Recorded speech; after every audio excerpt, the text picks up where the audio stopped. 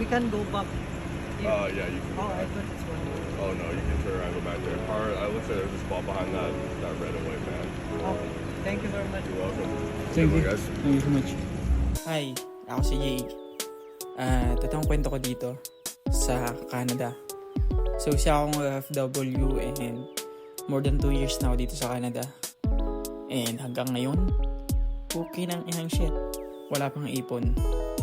So, yun yung reality talaga dito sa Canada. Kaya, kung ano yung mga napapanood nyo minsan, hinihikayat kayo. Lalo na ngayon na pumunta dito sa Canada. Then, nag-offer sa inyo ng magandang buhay, kinemerot, magandang opportunity. Huwag kayong masyado magpapadala sa mga yun. Dahil, iba po yung reality talaga pag nandito na kayo sa Canada. Dadating yung time na paycheck to pay bills lang talaga. Swerte na lang kung makagala kagaya nito. Dinaanan ako ni Tol Cody tsaka ni Ma'am Lynn. And yun, dito kami pupunta sa pagitan ng USA at Canada.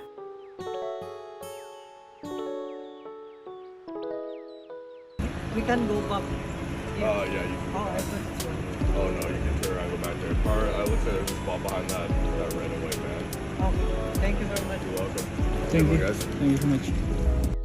So, yun nga, nagtanong si Tol Cody kung saan siya pwede mag-park kasi walang pwedeng pag-parkan na lugar dito sa pagitan ng border ng USA and Canada. Ayun nga, para mga first time namin makita yung border, yung nakikita natin sa TikTok.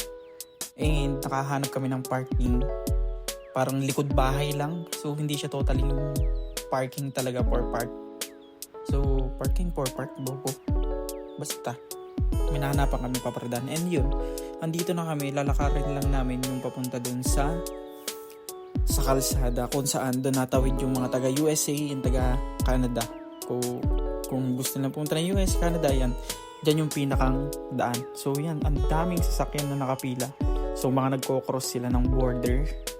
And andito kami, wala namang masyadong tao.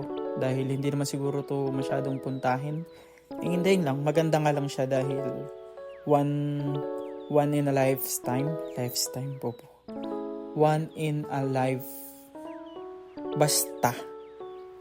Minsan lang. Ganon. Minsan mo lang makita. Yun nga. So, syempre, it's achievement at luck. Unlock? Ang laki mong tanga. Hindi, ayun nga. So, achievement, unlock. So, nakita namin yung, mga nakikita lang namin sa TikTok, itong border ng USA and Canada. Na laging, yan, nagtitok-tik sila, mga trend something. So, yung malaking flag na yan ng Canada is flowers yan. So, totoong siya, flowers. Kasi, nga, nalapitan ko siya. And on the other side, so, yan yung USA. Pag lumiban ka ng kalsada, US na. And sa kabilang kalsada, Canada. Diba? Sobrang amazing nung border dito sa North America. So, North America pala to. So, yung tawag nila dito sa Canada is North America. Di ba? Yung mga bagay akong nadidiscover. Well, hindi ko din naman alam na makakapunta ako dito sa Canada kasi sino ba naman tayo, di ba? Tambay lang sa reels dati, tapos naliban lang ng bakod sa school. Tapos, nangunguha ng candy doon sa tindahan ni Aling Pining. And yun, nandito na tayo sa Canada. And nasa border tayo ng USA. Di ba? And wala namang masyado ring special dito. Pagdating mo dito, yun, makikita mo lang yung border ni Canada. And the other side, USA. So, lang siya, magandang pagpicturean. Memories, remembrance. Kaya, ayun nga.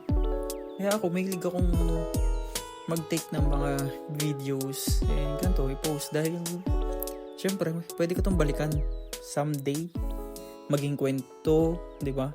Kasi para pag nagkwento ako sa mga apo, 2 years old pa lang si Yuri, may apo na.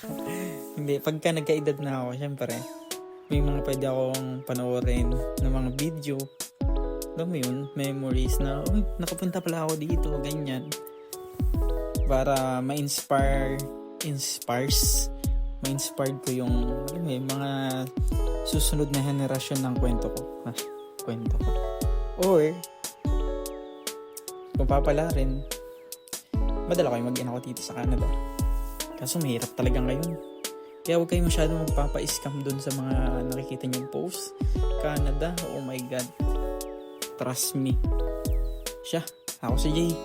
At itong kwento ko sa Canada. Bye-bye.